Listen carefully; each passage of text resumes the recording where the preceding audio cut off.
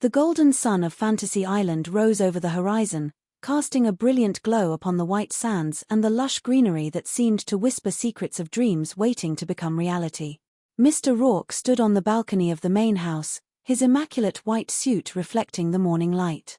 He took a deep breath of the tropical air, a faint smile playing on his lips as he watched the arrival of the seaplane in the distance. "Good morning, Lawrence," Mr. Rourke said with a gentle authority in his voice. "Smiles, everyone, smiles." Lawrence, standing by his side with his usual air of dignified curiosity, adjusted his collar and looked at his employer. "Oh dear," he murmured. "We are not to endure a weekend return to the mythical Old West, are we, sir?" Mr. Rourke chuckled softly, shaking his head. "No, Lawrence, no. Mr. Billy Joe Prine of Baywood, Louisiana, is anything but mythical. He is a genuine country western singing star with 4 recordings in the top 10 of the world." Lawrence raised an eyebrow, his wit as sharp as ever. "Not including Beethoven, Sibelius, and Stravinsky, I am sure. But be that as it may, what is his fantasy?" Mr. Rourke's expression became more thoughtful as he explained the heart of the matter. Mr. Prine left his home 10 years ago, determined not to return until he had achieved the success he now has. However, as the old saying goes, success can be a lonely mountain to climb.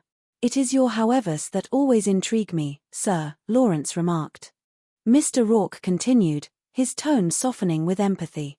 "However, he can find no trace of his family or the girl he left behind.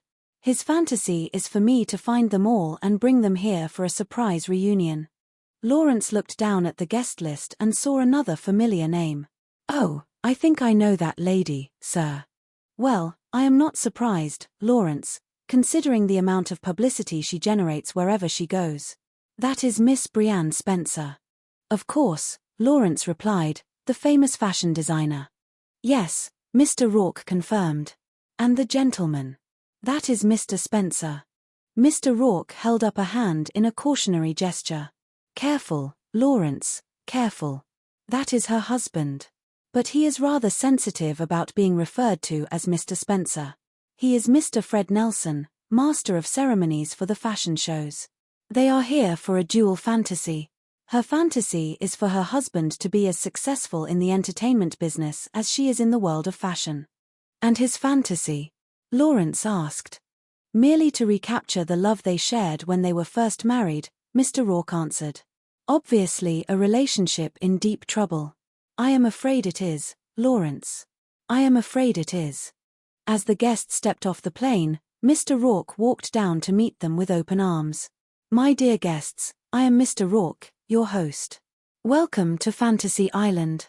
Later that afternoon, in the quiet shade of a garden bungalow, Billy Joe Prine sat across from Mr. Rourke.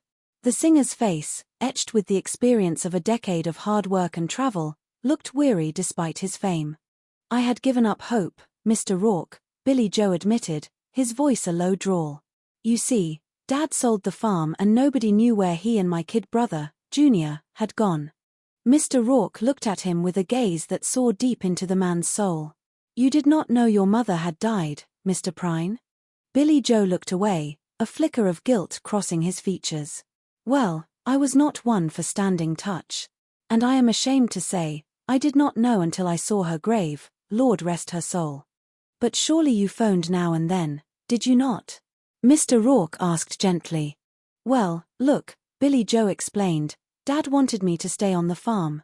And of course, after the dressing down he gave me when I told him I was leaving, well, it got to be a matter of pride, you understand.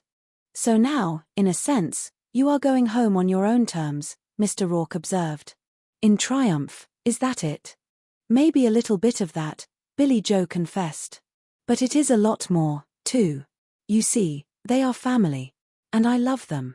And I really have missed Dad, Junior. And Miss Katie McCallum. She was something special. Said she would love me always. And I was going to send for her, but the months and then years went by and the success you wanted still eluded you. So, as you said, it got to be a matter of pride, huh?"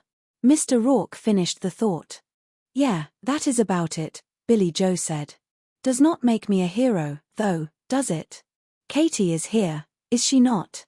You did find her? Oh, yes, Mr. Prine, Mr. Rourke replied with a reassuring smile. I found all 3 of them and they are here on Fantasy Island.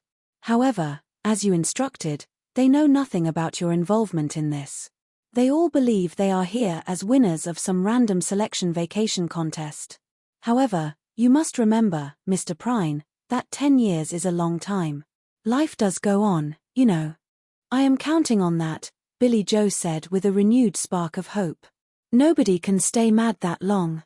Not even me. Across the island, in a grand hall filled with the hum of activity, Brianne Spencer was overseeing the preparations for her latest showcase. The room was a whirlwind of silk and lace. Lots of glitter and flair, she remarked as she watched a model pass by. That is what the ladies will be wearing next. Charming. I predict an even more dazzling future for Spencer Fashions. Fred Nelson stood nearby, watching his wife with a mixture of pride and resentment. Oh, yes, Spencer, he said to a passerby. That is my wife's maiden name, you know. My name is Nelson. Mr. Rourke entered the hall, observing the dynamic between the two. You are not going to the rehearsal south, are you? He asked Fred. Fred held up a glass. I was drinking plain tomato juice, but of course, if you insist. Oh, won't you sit down, Mr. Rourke? Thank you, Mr. Rourke said, taking a seat. Well, you have both come a long way in a relatively short time, have you not? From 2 starry-eyed newlyweds to owners of one of the most successful fashion houses in the world. Thank you, Brianne said, her eyes shining with the fire of ambition. We have both worked very hard to make the business into what it has become. Actually, Fred interrupted, his tone laced with a hint of bitterness, we were starving on the money I brought in working Fleabag clubs. And then the owner of a boutique asked Brianne where she got the dress she was wearing. I made it with my own 2 little hands, she said. That is not very funny, Fred, Brianne said, her voice tightening. And then the kind man took pity on the poor wife and ordered a dozen of them, Fred continued as if he hadn't heard her. And that, dear friends, is how I eventually became known as Mr. Spencer. Late for rehearsal. It has been fun. As Fred walked away, Brianne turned to Mr. Rourke, her frustration evident. You see, Mr. Rourke. You see, he resents my anger at him for not building something for himself. And the reason that I started this business was to earn enough money so that Fred would be free to build a career in show business. I seem to remember him trying very hard to do just that, Mr. Rourke said. In the beginning, yes, Brianne sighed. But then the design started to sell and the big money came rolling in. And he gave it all up to MC my shows exclusively. And you are hurt because you believe your husband has been living off your success, Mr. Rourke suggested. Is that it? Well, I want him to be his own man, she replied firmly. If that is truly what you want, then you will have to fight for it, Mr. Rourke told her. Just as hard as you fought to build your business. Perhaps harder. But it is worth it, Mrs. Nelson. In another part of the resort, a much more awkward meeting was taking place. Billy Joe Prine walked toward a cottage where his father was sitting on the porch. The old man looked up, his eyes widening in shock. What are you doing here? His father asked, his voice gravelly with age and emotion. I came to visit, Dad, Billy Joe said softly. You going to ask me in? How about this place? You like it? You have not answered my question, the father countered. I came to see you, Junior, and Katie, Billy Joe said. All this is your doing. You paying for it. It was the only way, Dad, Billy Joe explained. I have been trying to find you for over a year and you did not leave much of a trail. I did not mean to, the father said stubbornly. What do you want from us, Billy Joe? I do not want anything, Dad, except to be with you a couple of days, Billy Joe pleaded. Make us family again. And I have got money now. You want your farm back? I will buy it for you. And your mother? The father asked, his voice trembling. Going to buy her back from the grave? Well, I was wrong to stay away, Dad, Billy Joe said, his head bowing in regret. And I am sorry. You always were your mother's favorite, Billy Joe, the father said, his words cutting deep. Me and Junior, we took a back seat in her heart. She never got over you leaving. You never even come back to see her. I scratched in the dirt for over 8 years, Dad, Billy Joe defended himself. I could not let any of you see me that way. And I sent money when I could. Yeah, you sent money, the father said. Maybe one day I will tell you all about that. All right, Billy Joe said. Maybe asking forgiveness might be a little bit too much. But I will take whatever I can get. We will make a try at it. Well, that is good enough for me, Dad, Billy Joe said with a small smile. We will go find Katie and Junior. They are out here somewhere. Hey, Dad. It is good to see you again. Back at the fashion rehearsal, the atmosphere was tense. Fred was trying to coordinate the models, but his heart wasn't in it. All right, that is it, Fred called out. Nice and easy. Here we go. Come on. Whoa. Slow it down. Easy on the tempo. This is not the Indy 500. Here we go now. Nice and easy on the tempo. No, Brianne interrupted, stepping onto the stage. Hold it, everybody. Flash is what we want. Look, dazzling the buyer is much more important than slowing this thing down so they can see every stitch. Tempo. Fred sighed, stepping back. Ladies and gentlemen, starring in Spencer Fashion's Evening of Seduction, Marguerite. Move it. Cleo. And the incomparable Loretta. You see, kiddo, Brianne said to a staff member, that is what the buyers go for, glitz and energy. All right, everybody, hold it. Let us all assemble right here and talk this thing out, shall we? Zip. Fred looked at her, confused. Beg your pardon? Zip me, she said, turning her back to him so he could adjust her dress. Lawrence, who was passing by, observed the scene with Mr. Rourke. With some trepidation, I do not know what it is, sir, he whispered. I seem to attract women in distress. Yes, Lawrence, Mr. Rourke replied with a smirk.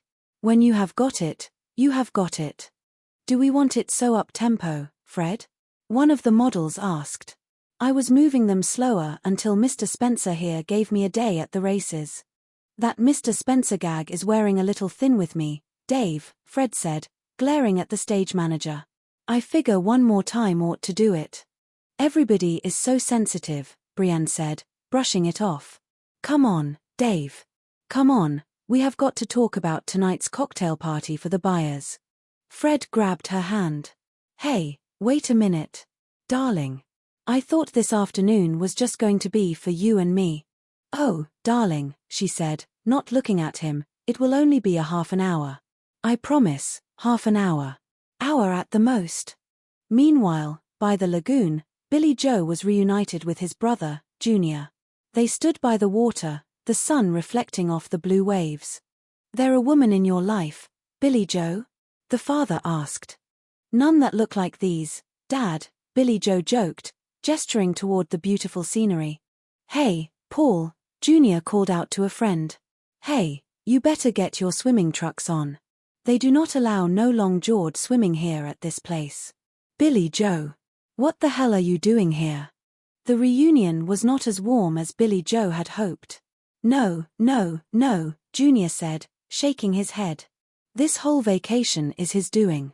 Sort of a family reunion. And we do not need anything you are selling, Billy Joe. So why do not you just leave us the hell alone? I ran off once, all right? Billy Joe said, standing his ground. But I am not running anymore. Not from you, not from anybody. Now, you boys get your backs down and put a stopper on your pride. Or when you are both acting, it will become your mother's memory. Billy Joe, a voice called out. A woman walked toward them, her beauty matured but still as striking as he remembered. Katie. Katie, Billy Joe breathed. Katie, you have done nothing but get prettier and prettier. You have not grown any warts yourself, she replied with a soft smile. I was afraid by now you would be married and have 6 kids, Billy Joe said. She does not have any kids, Billy Joe, Junior interrupted, stepping closer to her. She took the ring off to go swimming. But she is married, sure enough. To who? Billy Joe asked, his heart sinking. To me, Junior said firmly. To me. The weight of that revelation hung heavy in the air. Later that evening, Fred and Brienne sat on their terrace. Not so many years ago, Fred mused, we were here oohing and ahhing about how perfect our marriage was going to be. Never once looked at your watch. I am sorry, Fred, Brienne said, her eyes on her schedule. I was just thinking about all the things we have to do to get ready for the buyer's reception. Things you have to do, Fred corrected her. All I do is tag along and marvel at how big and important my wife has become. Oh, Freddie, she said, reaching for his hand. Freddie, I tore myself away so we could have a few moments alone. I am a businesswoman. But I try also to be your wife. I love you, Brienne, Fred said, his voice sincere. And I love you, she replied. I have been a big disappointment to you, have I not? Fred asked. It is just that I think you can do so much more, she said.